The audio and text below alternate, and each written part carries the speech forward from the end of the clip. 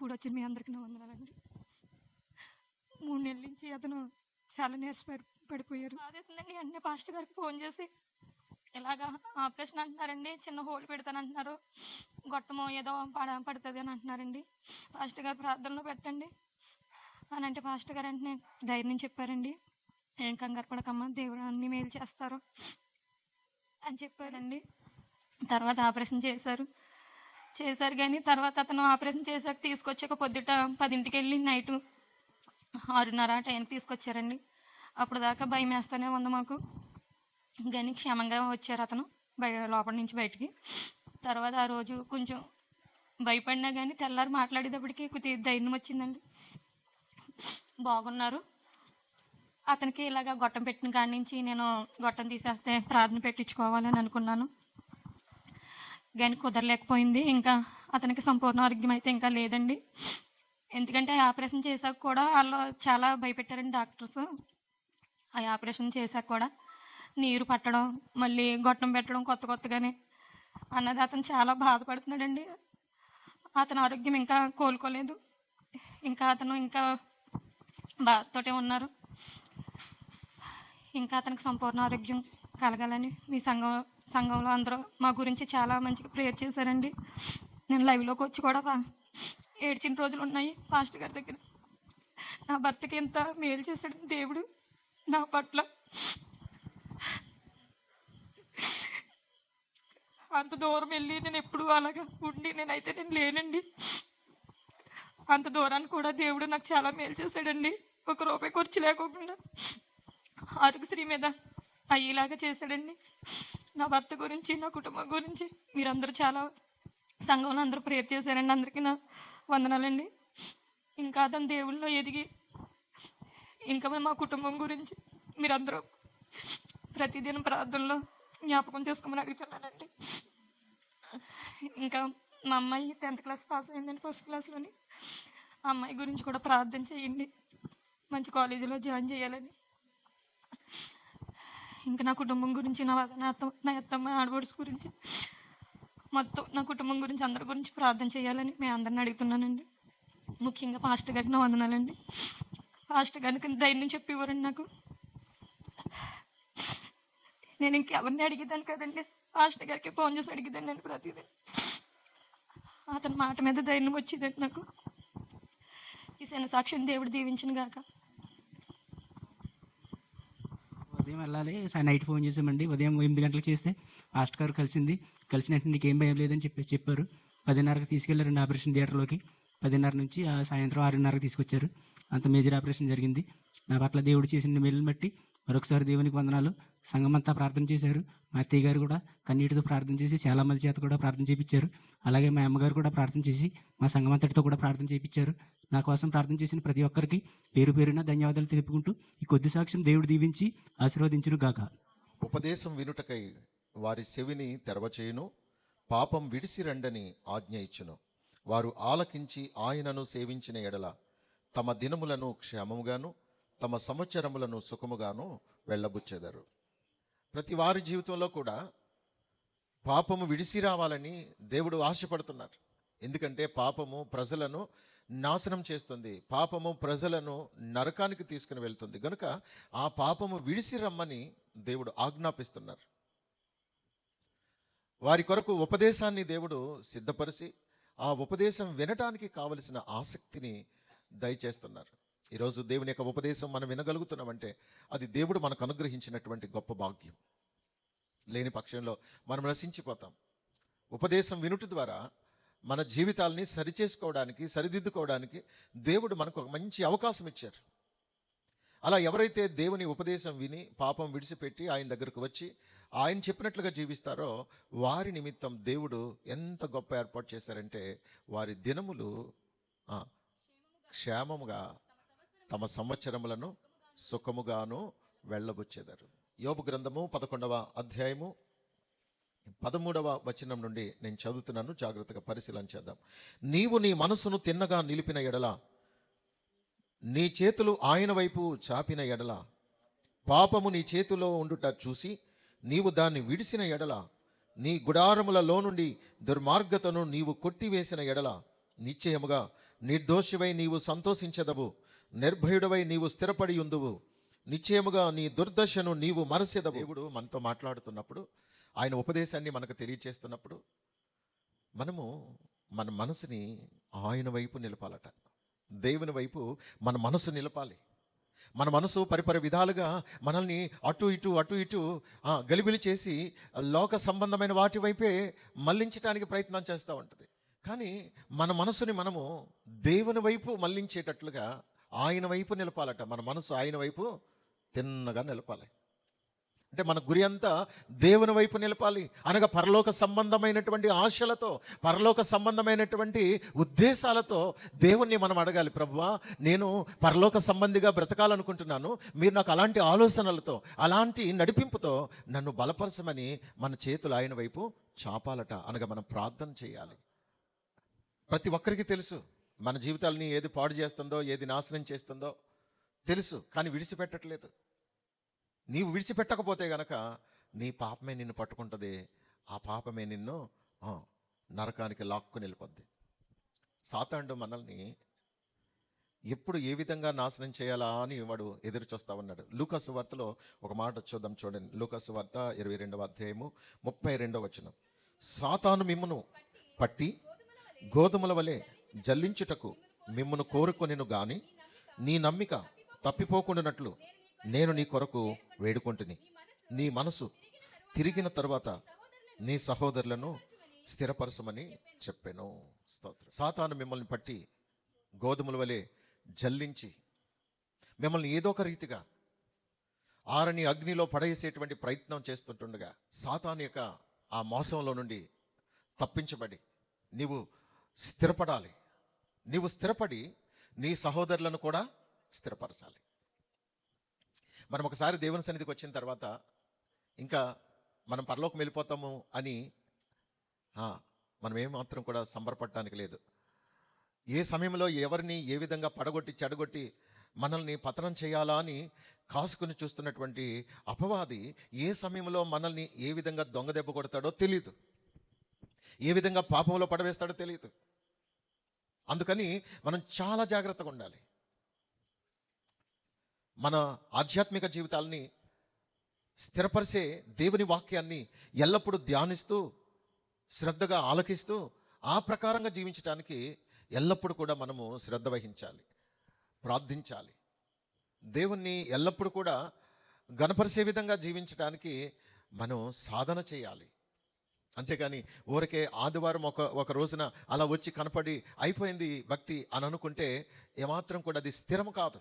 స్థిరమైన భక్తి నిత్యము కూడా ప్రార్థిస్తూ, అలాగే ఆ దేవుని వాక్యాన్ని ధ్యానిస్తూ, ఆధ్యాత్మికంగా మనకు ఉపయోగపడే విధంగా ఆయా వర్తమానాలని మనం చక్కగా వీక్షిస్తూ ఆత్మీయ జీవితాన్ని బలపరుచుకోవాలి. అంతేకాని దేవుడు మనకిచ్చినటువంటి అనేక అవకాశాలని ఉపయోగించుకోకుండా అనవసరమైన వాటికి ఎప్పుడైతే మనము ఆసక్తి చూపుతామో మనకు తెలియకుండానే ఆటోమేటిక్గా సాతానుడు మనల్ని త్రోవ తప్పిస్తూ ఉంటాడు, మనల్ని మోసగించే ప్రయత్నం చేస్తూ ఉంటాడు. కాబట్టి మనము ఎల్లప్పుడూ కూడా భయముతో కూడినటువంటి భక్తి చేయాలి, ప్రార్థనాపూర్వకమైనటువంటి జీవితాన్ని కొనసాగించాలి.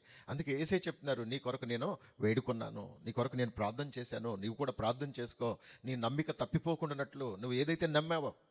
చూడండి, దేవుని వాక్యాన్ని మనం నమ్మాలి, దేవుని వాక్యాన్ని నమ్మి ఆ ప్రకారంగా జీవించాలి. ఏదైతే మనం నమ్మామో దాన్ని గట్టిగా పట్టుకోవాలి.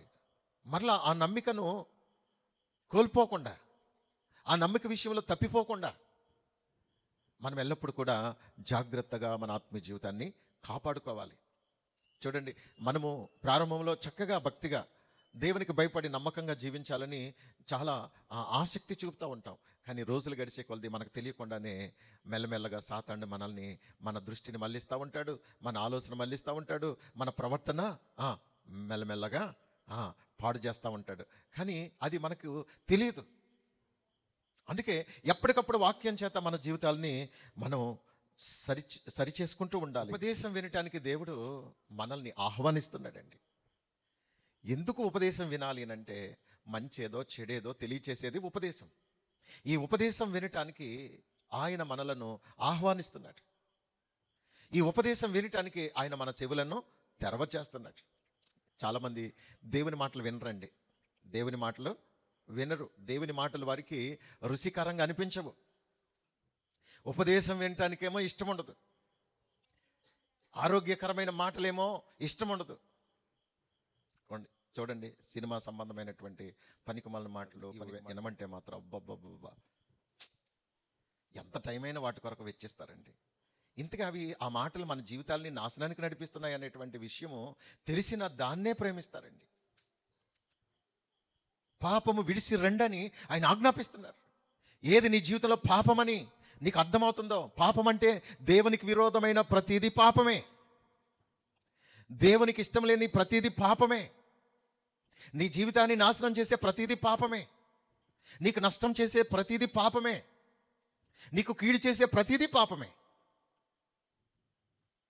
దేవునికి దూరం చేసే ప్రతిదీ పాపమేనండి. ఈరోజు అనేక మంది దేవుని దగ్గరికి ఎందుకు రాలేకపోతున్నారు? దేవుని దగ్గరకు రాకుండా చేసే కొన్ని క్రియలు ఉన్నాయి, దేవుని దగ్గరకు రాకుండా చేసే కొన్ని అలవాట్లు ఉన్నాయి, దేవుని దగ్గరకు రాకుండా చేసేటువంటి కొన్ని దేవునికి విరోధమైనటువంటి పనులు ఉన్నాయి. అవి వారిని దేవునికి దగ్గరకు రాకుండా చేస్తున్నాయి. దేవుని దగ్గరకు రాకుండా చేసేది ఏదైనా పాపమే, ఆ ఏ అలవాటైనా పాపమే ప్రియులరా. అందుకే చూడండి, పాపం విడిసి రండని ఆయన ఆజ్ఞ ఇచ్చుచున్నారట. ఉపదేశం వినటానికి చెవులను తెరవ చేస్తున్నారంట. ఎవరైతే ఉపదేశం వినటానికి చెవులు తెరుచుకుని, ఓహో నిజమే మనం ఇంతవరకు తప్పు చేశాము, ఇక నుండి మనము అన్ని విషయాల్లో కూడా దేవునికి భయపడి లోబడి ఆయన చెప్పినట్టుగా బ్రతకాలి అని అనుకుంటారు చూసారా, అలాంటి వారి చెవులే తెరవబడ్డాయి అన్నమాట. ఎవరి చెవులైతే తెరవబడ్డాయో వారు పాపాన్ని పాపంగా దాన్ని గుర్తించగలుగుతారు, చెడుగును చెడుగుగా అసహించుకోగలుగుతారు. చిచ్చి, ఇంతకాలము ఇదా నేను చేసింది, ఇదా నేను చూసింది, ఇదా నేను త్రాగింది, ఇదా నేను తిన్నది, ఇదా నేను అనుభవించింది, చిచ్చి చిచ్చి చిచ్చి ఇక్కడకా నేను వెళ్ళింది, ఇవి నా జీవితాన్ని నాశనం చేసే గనుక దీని జోలికి పోకూడదని పాపాన్ని విడిచిపెడతారు, చెడుగును విడిచిపెడతారు. ఎవరైతే దాన్ని విడిచిపెట్టారో ఇప్పుడు వారి యొక్క దినములంట సుఖంగా మారతాయి, వారి సంవత్సరాలు క్షేమంగా వెళ్ళబుచ్చుతారు. మన దినాలు సుఖంగా గడపాలంటే, మన సంవత్సరాలు క్షేమంగా గడపాలి అని అంటే దేవుని మాట వినాలి, ఆ ప్రకారంగా మనము జీవించాలి.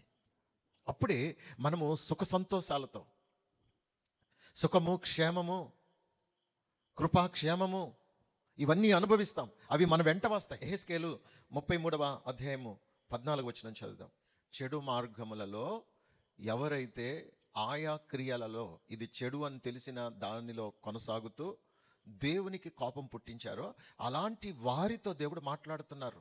ఏమనంటే, ఇదిగో నీవు ఇంతవరకు చేసినటువంటి క్రియలలో నన్ను నీవు బాధ పెట్టావు, నాకు విరోధంగా చేశావు, నిన్ను బట్టి నేను చాలా బాధపడుతున్నాను, నీ మీద నాకు కోపం వచ్చింది, నువ్వు విడిచిపెడతావా, నాశనం అవుతావా అని దేవుడు తన ప్రవక్త ద్వారా, తన దైవజనుడి ద్వారా ఒక ఉపదేశాన్ని పంపించినప్పుడు, ఎవరైతే అంతవరకు దుర్మార్గంగా జీవించినటువంటి ఆ దుర్మార్గపు క్రియలను, ఇతరులది ఏదైనా ఒకవేళ అన్యాయంగా సంపాదించిన దేవునికి విరోధమైనటువంటి క్రియలు ఏవైతే వారు చేశారో వాటిని వారు గుర్తించి, ఇది తప్పు, ఇది పాపము, ఇది చెడుగు, ఇది అన్యాయము, ఇది అక్రమము, ఇది దేవునికి విరోధమైన పాపమని గ్రహించి వాటిని విడిచిపెట్టారో, వారు విడిచిపెట్టి దేవుని యొక్క కట్టడలను ఆజ్ఞలను అనుసరిస్తూ నీతి న్యాయాలను అనుసరించి ఎవరైతే దేవునికి భయపడి జీవిస్తున్నారో వారి విషయంలో దేవుడు, ఇదిగో నువ్వు ఇలాగే జీవిస్తే గనక నిన్ను నేను నాశనం చేస్తానని ఆల్రెడీ దేవుడు ప్రకటించారు. అయితే ఆ మాటలు విన్న తర్వాత తమ జీవితాలని సరిచేసుకుని పరివర్తన చెంది ఇప్పుడు దేవునికి భయపడడం ద్వారా దేవుడట, ఇదిగో నేను చేస్తానన్న కీడు చేయకుండా నేను వారిని క్షమిస్తున్నాను, వారు ఏమాత్రము ఇక నాశనం కాకుండా వారు బ్రతుకుతారు అని దేవుడు ఇక్కడ తెలియచేస్తా ఉన్నారు. అంతకు ముందు ఆ వచనాలు కూడా మనం చదివినప్పుడు 12వ వచనం చదువుదాం చూడండి. మరియు నరపుత్రుడా, నీవు నీ జనులకు ఈ మాట తెలియజేయము, నీతిమంతుడు పాపము చేసిన దినమున అది వరకు అతడు అనుసరించిన నీతి అతని విడిపింపదు.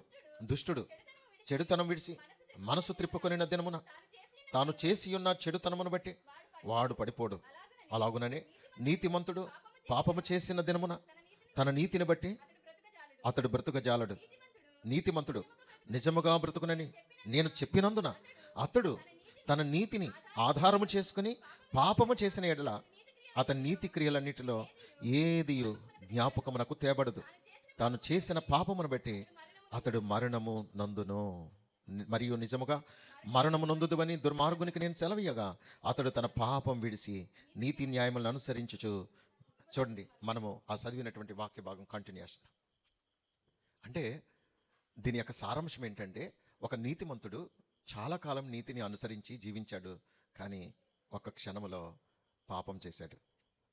ఇప్పుడు అతన్ని నీతిని బట్టి దేవుడు ఈ చేసిన తప్పునట పోనీలే అని వదిలిపెట్టాడట. ఇంతకాలం చేసిన నీతిని అంతటిని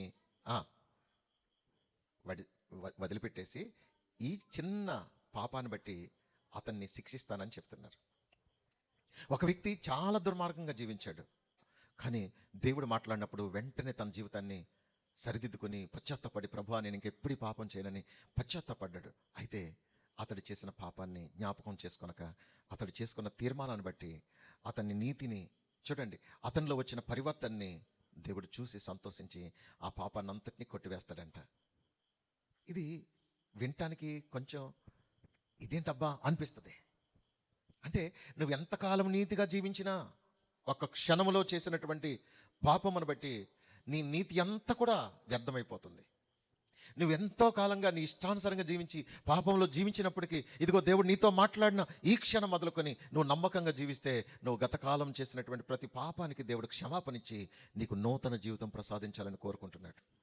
సరే, నిన్ను ఇక నాశనం చేయనని దేవుడు చెప్పిన తర్వాత, ఓహో దేవుడు నాశనం చేయను అన్నాడు కదా, మనం ఏం చేసినా పర్వాలేదులేని మరలా ఏమైనా చేసామనుకోండి, ఇక అస్సలు నీ జీవితంలో క్షమాపణే ఉండదండి. అసలు నిన్ను నమ్మడు దేవుడు. ఏంటి, ఇంతకాలం చేసిన దుర్మార్గాన్ని, ఇంతకాలం చేసిన పాపాన్ని ఇవన్నీ కూడా దేవుడు క్షమించేసి ఒక క్షణంలో అతన్ని చేయటం ఇది ఏం న్యాయం అని అనుకోవచ్చు. కానీ ఆ వ్యక్తి గనక దాన్ని నిలబెట్టుకోకపోతే గనక జీవితానికి ఎన్నడూ అతనికి క్షమాపణ ఉండదు. అందుకే మన జీవితాన్ని దేవుడు చాలా జాగ్రత్తగా పరిశీలన చేస్తున్నారు. అందుకే చేసిన వాటిని బట్టి మనము పశ్చాత్తాపడగలిగితే మనకు నూతన జీవాన్ని ప్రసాదించాలని దేవుడు కోరుకుంటున్నారు.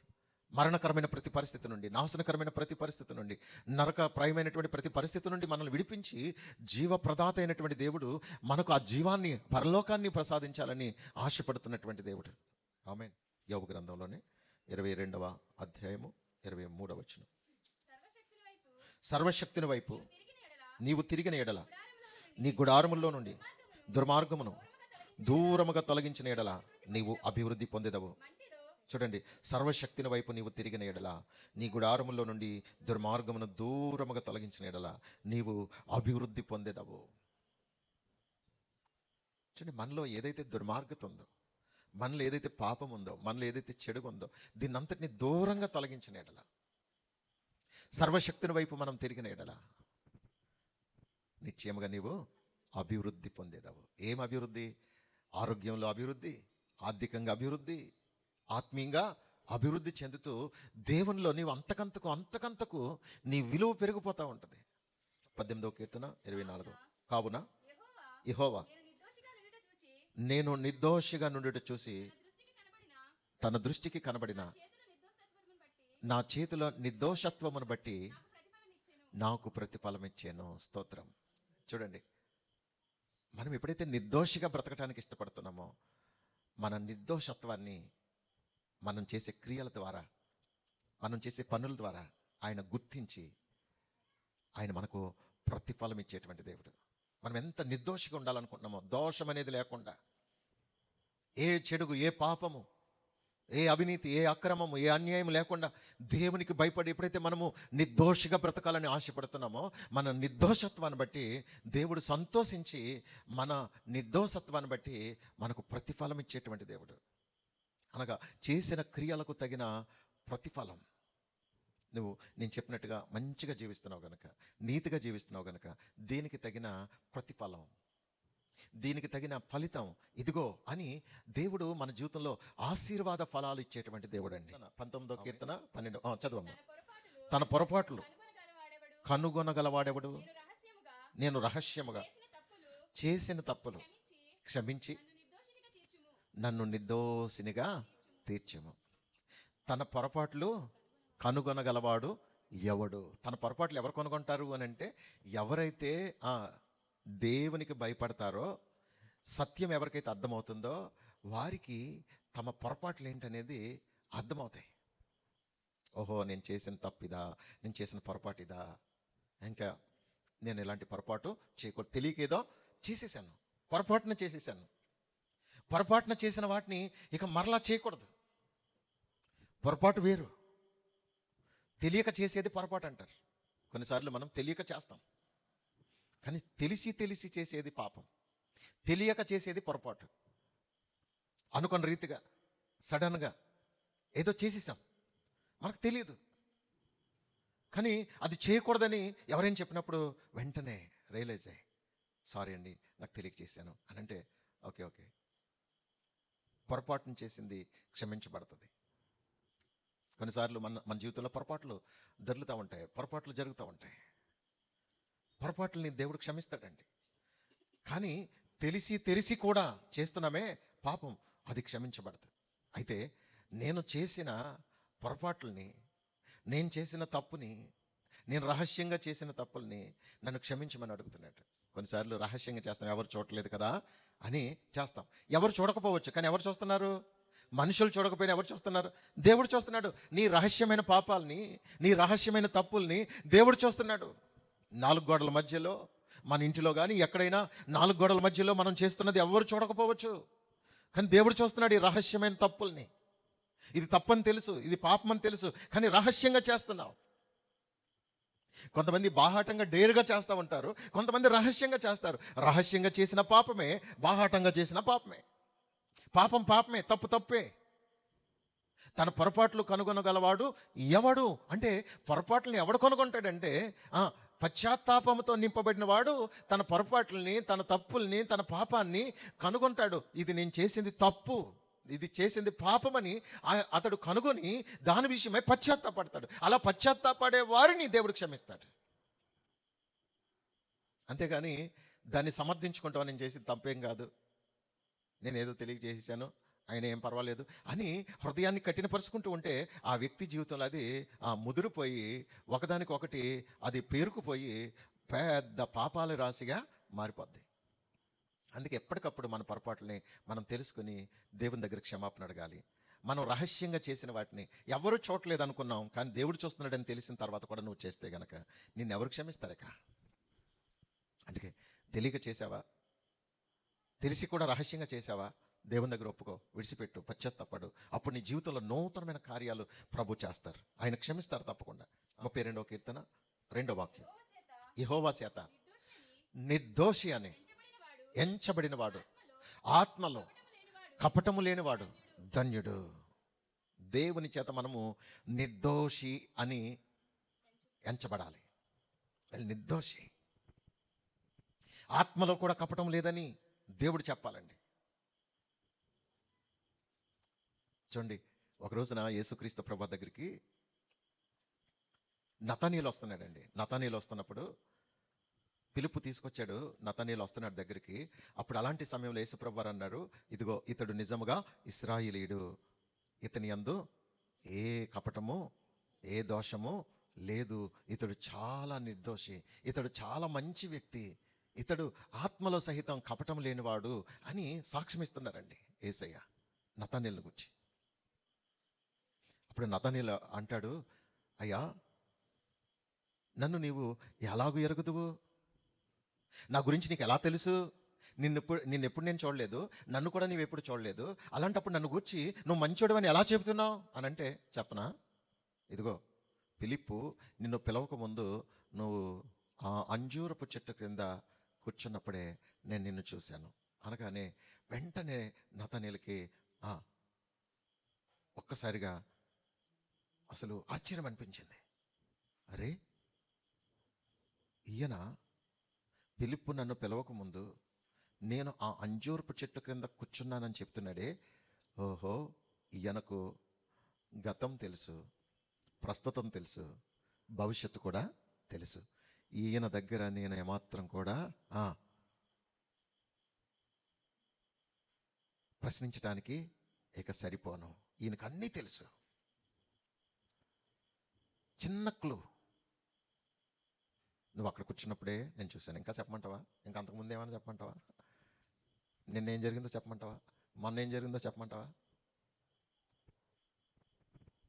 వెంటనే అతడు పశ్చాత్తపడుతున్నాడు. అయ్యా అయ్యా, పొరపాటు అయిపోయిందయ్యా, నీవు ప్రవక్తవయ్యా,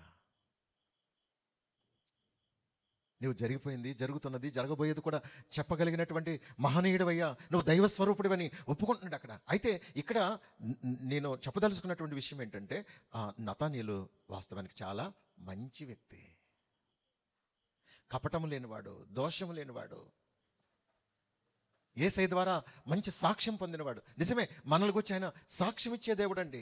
నువ్వు ఏ స్థితిలో ఉన్నావో ఆయనకు తెలుసు. నిర్దోషత్వాన్ని బట్టి మనము ఆనందించే వారంగా ఉండాలి. మనకు నిర్దోషత్వాన్ని ఇచ్చేది ఆయనే, యేసయ్య. అందుకే మనము ఆత్మలో కపటం లేని వారుగా ఉండాలి. లోపల ఒకటి పెట్టుకుని బయటకు ఒకటి యాక్ట్ చేసే వారంగా ఉండకూడదు. మన కపటమంతా దేవునికి తెలుసు. నీ లోపల ఏముందో, నీ మనసులో ఏముందో, బయటకు ఎలా ప్రవర్తిస్తున్నావో దేవునికి తెలుసు. మన వేషాలు మనుషుల దగ్గర చెల్లుతాయి, కానీ దేవుని దగ్గర చల్లవు. అందుకే దేవుని దగ్గర చాలా జాగ్రత్తగా మనం భయముతో మన జీవితాన్ని గడపాలి. 11వ అధ్యాయం, యోబు గ్రంథం 11వ అధ్యాయం 13 నుండి ఒకసారి మరలా చదువుదాం. నీవు నీ మనసును తిన్నగా నిలిపిన ఎడల, నీ చేతులు ఆయన వైపు చాపిన ఎడల, పాపము నీ చేతిలో నుండి చూసి నీవు దాన్ని విడిసిన ఎడల, నీ గుడారంలో నుండి దుర్మార్గతను నీవు కొట్టివేసిన ఎడల, నిశ్చయముగా నిర్దోషివై నీవు సంతోషించెదవు, నిర్భయుడవై నీవు స్థిరపడి ఉందువు. నిశ్చయముగా నీ దుర్దశను నీవు మరసెదవు, దాటిపోయిన బారు నీటిని జ్ఞాపకం చేసుకున్నట్లు నీవు దాన్ని జ్ఞాపకం చేసుకునేదవు. అప్పుడు నీ బ్రతుకు మధ్యాహ్నకాల తేజస్సు కంటే అధికముగా ప్రకాశించును, చీకటి కమ్మునను అది అరుణోదయం వలె కాంతిగా నుండును. నమ్మకమునకు ఆస్పదం కలుగును గనుక నీవు ధైర్యముగా ఉందువు. నీ ఇంటిని నీవు పరిశోధించి సురక్షితముగా పండుకొందువు, ఎవరి భయం లేకుండా నీవు పండుకొందువు.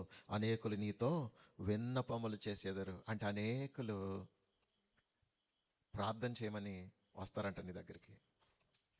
అంటే నీ జీవితం ఎలా మారిపోతుంది తెలుసా? ఇతరులు చూసి ఆశ్చర్యపోయేటట్లుగా మార్చబడుతుంది. నీ స్థితి మారిపోతుంది. నీకు క్షేమస్థితిని దేవుడిస్తాడు. నిర్భయంగా, నిశ్చింతగా, ఎంతో సంతోషంగా సాగిపోయే జీవితాన్ని దేవుడిస్తారు. అనేకులు వచ్చి నీతో విన్నపాలు చేస్తారట. నా కొరకు ప్రార్థన చేయవా?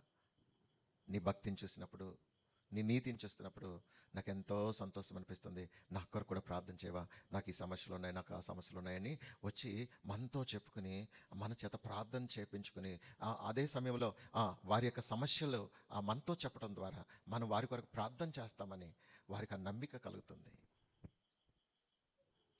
ఇందాక సిస్టర్ గారి సాక్ష్యం చెప్తూ పాస్టర్ గారికి ప్రార్థన చేయమని చెప్పేదాన్ని, పాస్టర్ గారు సంఘం ప్రార్థన చేశారని సహోదరి సాక్ష్యం చెప్పారు. అంటే తన విన్నపం, నా భర్త సంపూర్ణ స్వస్థత పొందాలి. ఎందుకు చెప్తున్నారు? దేవునితో ఆ సమస్యలన్నిటిని కూడా చెప్తామని. ఆ విన్నపాలు ఎందుకు ఆ విన్నపాలు చెప్తున్నారంటే, ఓ నమ్మిక.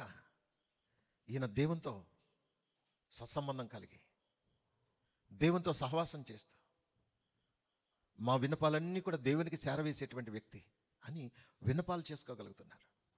అవును, ఒకరు మనతో విన్నపం చేయాలంటే మన మీద ఆ కాన్ఫిడెంట్ ఉంటేనే అది చెప్పగలుగుతారండి.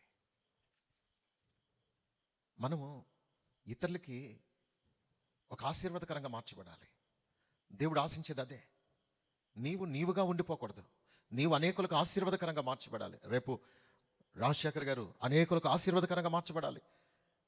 ఈ మరో జీవితాన్ని దేవుడు, ఒక నూతన జీవితాన్ని, ఓ రూపాంతరపు జీవితాన్ని దేవుడు అనుగ్రహించింది. ఎందుకంటే మన ఇష్టానుసారంగా జీవించడానికి కాదు, మనము అనేకులకు ఆశీర్వాదకరంగా మార్చబడాలి. ఇప్పుడు వాస్తవంగా మరణానికి దగ్గరగా వెళ్ళిపోయి దేవుని కృపచేత ఆ జీవాన్ని పొంది, ఆరోగ్యాన్ని పొంది, ఇప్పుడు సమాజంలో దేవుని మహిమ కొరకు నిలబడాలని దేవుడు ఆశించారు. ఎంతోమంది బ్రతకాలనుకుంటారు, కానీ అందరికీ అవకాశం ఉండదు. ఎంతోమంది చనిపోదాం అనుకుంటారు, కానీ అందరికీ అలాంటి సావుని దేవుడు అనుమతించరు. బ్రతకాలన్నా చనిపోవాలన్నా దేవుని అనుమతితోనే జరగాలి. అలాగని మనం బలవంతంగా మరణించకూడదు. ఆమేన్. ఒకవేళ ఏదైనా కారణం చేత మన ప్రియుల్లో ఎవరినైనా పోగొట్టుకుంటే, దేవుడు నాకు ఎందుకు ఇలాంటి అన్యాయం చేశావని కూడా దేవుని మనము ప్రశ్నించకూడదు, నిందించకూడదు. ఏది జరిగినా దేవుని చిత్తమని, దేవుని చిత్తాన్ని బట్టి మనము దేవునికి అప్పగించుకొని దేవుని స్తుతించాలి. మనం పాట పాడతాం ఏమని? ఎన్ని తెలిసినా ఏది అడిగినా జరిగేది నీ చిత్తమే. మేలు జరిగిందనుకో నీ చిత్తం అంటాం. అదే ఏదైనా నష్టం కీడు జరిగితే, ప్రాణాపాయ పరిస్థితి వస్తే జరిగేది నీ చిత్తం అంటావా? అంటామా? పాట మారిపోతుంది కదా, ఆలోచన మారిపోతుంది, పద్ధతులు మారిపోతాయి. అవసరమైతే దేవుణ్ణే విడిచిపెట్టేసి అంత మూర్ఖత్వంలోకి ప్రజలు వెళ్ళిపోతారు. అలా కాదు, మనము దేవునికి ఎల్లప్పుడూ కూడా కృతజ్ఞత కలిగి బ్రతకాలి.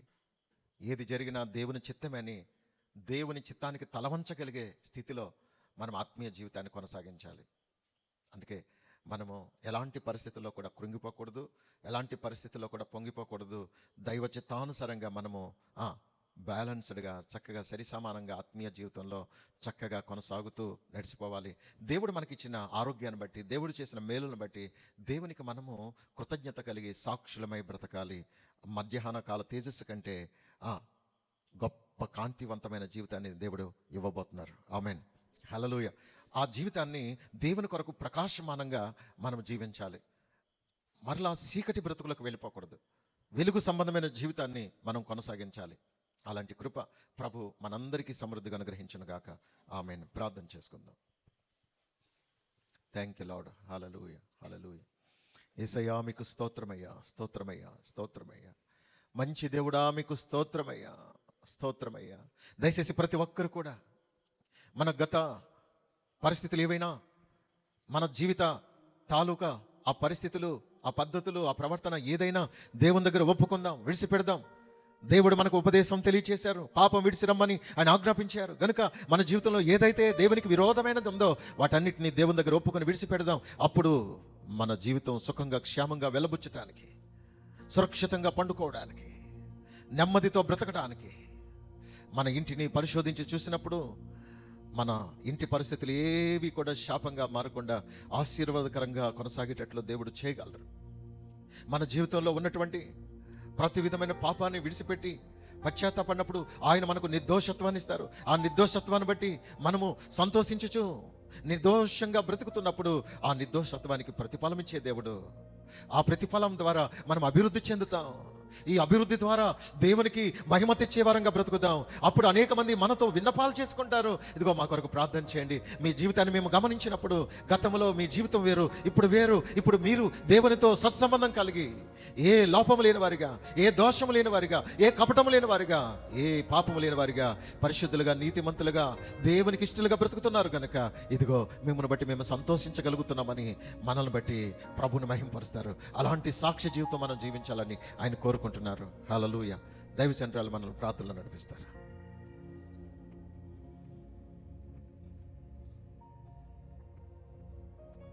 ప్రార్థన చేసుకో. స్తోత్రం, స్తోత్రం, స్తోత్రం, స్తోత్రం నైనా. పరిశుద్ధుడా, దయగల దేవ, కృపగల తండ్రి, మీ కొందనాలు, స్తోత్రాలు, స్తుతులు చెల్లించుచున్నాం తండ్రి. ఈ రాత్రికాల సమయంలో తండ్రి ఇదిగో నాయన ప్రియ బిడ్డలు ఏర్పాటు చేసుకున్న ఈ కొడుకుని నాయన మీరు జ్ఞాపం చేసుకున్నందుకు వందనాలు అయ్యా, స్తోత్రాలు, మీ స్తుతులు చెల్లించుచున్నాం తండ్రి. ఇదిగో నాయన నీ బిడ్డలు ఎందు నిమిత్తమైతే నాయన ఈ కొడుకుని ఏర్పాటు చేసుకున్నారో ముందుగా మీరు ఎరిగిన దేవుడు తండ్రి. అయ్యా నీ బిడ్డ జీవితంలో మరి నాయన మీరు చేసిన నాయన ప్రతి కార్యాన్ని బట్టి మీ కొందనాలు, స్తోత్రాలు చెల్లించుచున్నాం తండ్రి. నిశ్చయంగా నాయన అయ్యా నీ కొందనాలు, స్తోత్రాలు నాయన. రాజశేఖర్ గారిని మీరు జ్ఞాపం చేసుకోండి అయ్యా. ఇంకా సంపూర్ణమైన ఆరోగ్యాన్ని నాయన మీరు దయచేయమని అడుగుచున్నాం తండ్రి. అయ్యా ప్రతి బలహీనత నుంచి విడిపించి మీరే స్వస్థపరచమని అడుగుచున్నాం తండ్రి. ఇంకా నీ సన్నిధికి వచ్చి నాయన సాక్ష్యం ఇచ్చే బిడ్డగా నాయన మీరు చేయమని అడుగుచున్నాం తండ్రి. దేవాన్ని కార్యం జరిగించమని అడుగుచున్నాం తండ్రి. నీ కొందనాలు, స్తోత్రాలు నాయన. అయ్యా ఇదిగో నాయన మీ దాసులు మీ పక్షంగా నిలబెట్టుకున్నారు అయ్యా. ఈ దినాన అనేక విషయాలు నాయన మీరు మాట్లాడి ఉన్నారు తండ్రి. ఇదిగో నీ బిడ్డలు విన్నారు, వాళ్ళ హృదయాల్లో మీరు నాటింపచేయండి, ఫలింపచేయండి. విన్న మాటల ద్వారా నాయన ప్రతి బిడ్డ నడుచుకునే కృపను నాయన ప్రతి ఒక్కరికి మీరు దయచేయమని అడుగుచున్నాం. ఎస్సని స్తోత్రాలు అయ్యా, వందనాలు చెల్లించుచున్నాం తండ్రి. అయ్యా ఇదిగో నాయన సంఘం అంతా కూడి అయ్యా ఈ కుటుంబ నిమిత్తం నాయన ఇదిగో నాయన ప్రార్థనలు చేసి ఉన్నారు నాయన. మీరు ప్రతి ప్రార్థన కూడా మీరు ఆలకించి ప్రతిఫలం అనుగ్రహించినందుకు వందనాలు స్తోత్రాలు అయ్యా. మీకే స్తుతులు చెల్లించుచున్నాం తండ్రి. నిశ్చయం ఈ కుటుంబాన్ని మీరు జ్ఞాపం చేసుకోండి, అలాగే తల్లిగారిని మీరు జ్ఞాపం చేసుకోండి, తల్లికి ఇచ్చిన బిడ్డల్ని మనల్ని అందరినీ కూడా మీరు జ్ఞాపం చేసుకోండి. మీ క్షేమాన్ని నాయన ప్రతి ఒక్కరికి మీరు దయచేయమని అడుగుచున్నాం తండ్రి. ఈ రాత్రి కూడా వచ్చిన నాయన ప్రతి ఒక్కరిని మీరు జ్ఞాపం చేసుకోండి నాయన. ఇదిగో ప్రారంభించిన మొదలుకి అయ్యా ఈ సమయం వరకు నాయన ఈ కొడుకుని ఒక ప్రత్యేక రీతిలో పరిశుద్ధాత్మదేవ మాతో మీరుండి అయ్యా నడిపించినందుకు మీకు ఏలాది వందనాలు స్తోత్రాలు స్తుతులు చెల్లించుచు యేసు పరిశుద్ధ నామమున వేడికిని ప్రార్థన చేయుచున్నాం తండ్రి. ఆమేన్.